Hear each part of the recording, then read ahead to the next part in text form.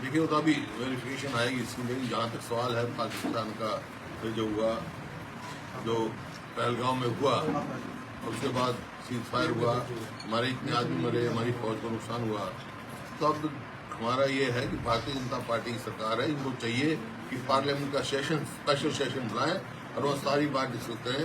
पहलगांव से लेकर अब तक क्या क्या बात हुई, जो देश की जनता ये जानना चाहती है, ये है क्या मामला, क्या है, अमेरिका से क्या बात हुई है, क्या क्या है, अमेरिकन इन्विटेशन क्या हुई है, ये कुछ मुद्दे हैं जिनकी डिस्कशन की जरूरत है और स्पेशल सेशन बुलाया जाएगा और उसमें सब, क्योंकि उसमें सारी बात आ जाएंगी आपकी। स्पेशल सेशन की मांग तो की है आप लोगों ने, आपको लग रहा है कि पार्टी बुलाएगी? क्योंकि पहले वाली जो सर्वदलीय बैठक थी उसमें भी काफी कम जानकारी दी गई थी। इसी बात स्पेशल सेशन बुला रहे हैं ना, ताकि अब जो सीज फायर हुआ है और जो पहलगांव में हुआ, इसके बीच में क्या क्या हुए, पहलगांव में क्या क्या क्या कारण से वहाँ हुआ, सारी बात जो है पार्लियामेंट्री सेशन में डिस्कस होगी।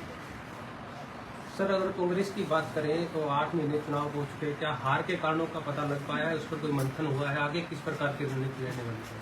हार के क्या कारण, बराबर की वोट है, जितनी वोट उनकी है उतनी कांग्रेस की वोट है, प्रजातंत्र है ये, हार जीत तो चलती रहती है, कोई बात नहीं है इसमें।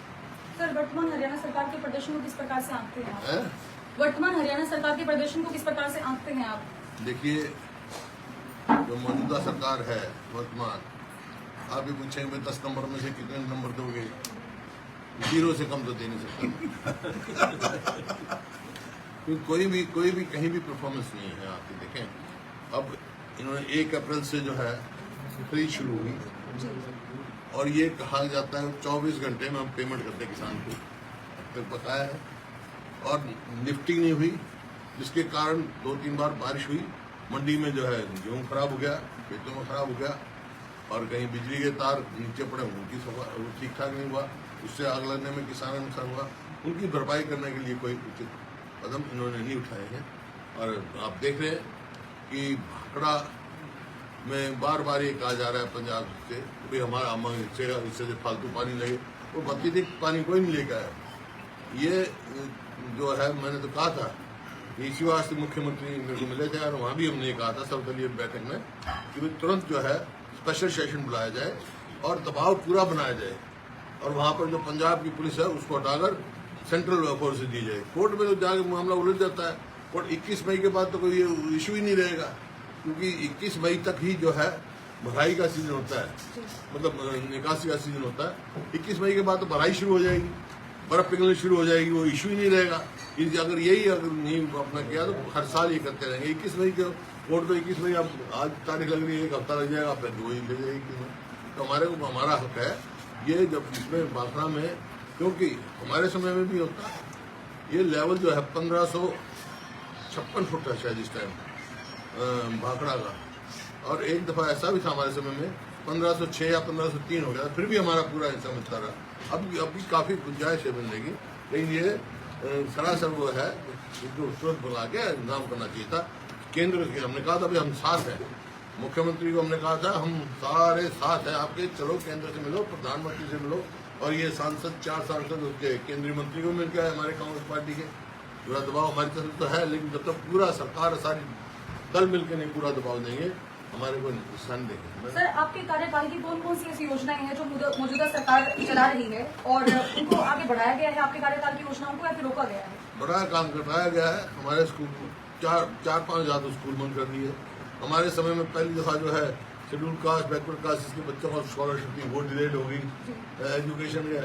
और हमारे समय में आप देखो, रेलवे लाइन, मेट्रो, इन्होंने 1 इंच मेट्रो नहीं बनाई, 1 इंच रेलवे लाइन नहीं बनाई इन्होंने, और 1 यूनिट बिजली की पैदा नहीं करी। हमारे समय में तो 4 थर्मल प्लांट, 1 न्यूक्लियर प्लांट ये लग रहा है यहाँ पर आपका गोरखपुर में।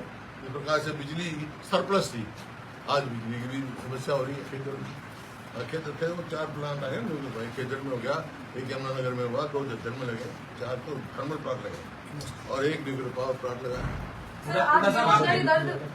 बेरोजगारी दर जो है वो लगातार हरियाणा के अंदर बढ़ती जा रही है, तो ऐसे में कांग्रेस का क्या स्टैंड है? गाँव से कम तो बेरोजगारी दर कम थे। हरियाणा में जो है प्रति व्यक्ति आय, प्रति व्यक्ति निवेश में हरियाणा पूरे देश में नंबर 1 था। अब अपने स्थान से बदल गया, आज नंबर 1 हो गया बेरोजगारी में और कानून व्यवस्था में। कि जितने आप देखो इनका आंकड़े देखो एनसीआरबी के कहाँ से कहाँ अपराध बहुत तेजी से बढ़ रहे हैं। सर आपकी सरकार ने युवाओं को नौकरी और शिक्षा के लिए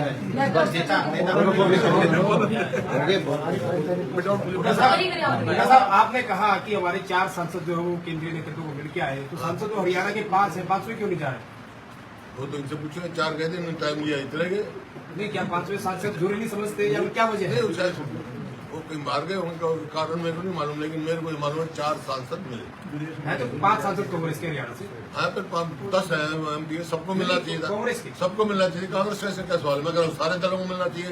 जब कोई आगे ही नहीं कदम उठा रहा था, बस इनका धन्यवाद दी उन्होंने, कम से कम अपना इनिशिएटिव तो लिया। हमने तुमसे भी कहा तुम्हारे इस बात का भी इतराज हो रहा है। बीजेपी वालों को, ये तो सबका साझा हिस्सा है, सारे सब। सर बीजेपी विपक्ष के नेता न बनाने को लेकर और कांग्रेस संगठन को लेकर के बार बार ये कांग्रेस का अंदरूनी मामला है, सब ठीक हो जाए। समय पर संगठन नया बन रहा है, आपको पता है, सब सारे देश में बना रहे हैं। अब जो है संगठन जो है जिले का मजबूत बनाएंगे, प्रदेश का मजबूत बनाएंगे, प्रोसेस चला हुआ है। वीरेंद्र सिंह कह रहे सर संगठन जरूरी है, विपक्ष नेता जरूरी नहीं है।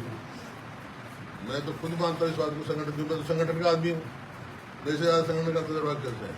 संगठन पूरे तरह न होने में पार्टी के अनुसार कोई भी चीज हो, उसका संगठन जरूरी है। इसी वास्ते हम प्रयास कर रहे हैं कि भाई मजबूत संगठन बने। सर कांग्रेस की हरियाणा में पकड़ मजबूत कैसे हुई है और इसको मजबूत कमजोर क्यों पड़ गई है, इसका जिम्मेदार आप किसे मानते हैं? कमजोर किसे कहा है आपको?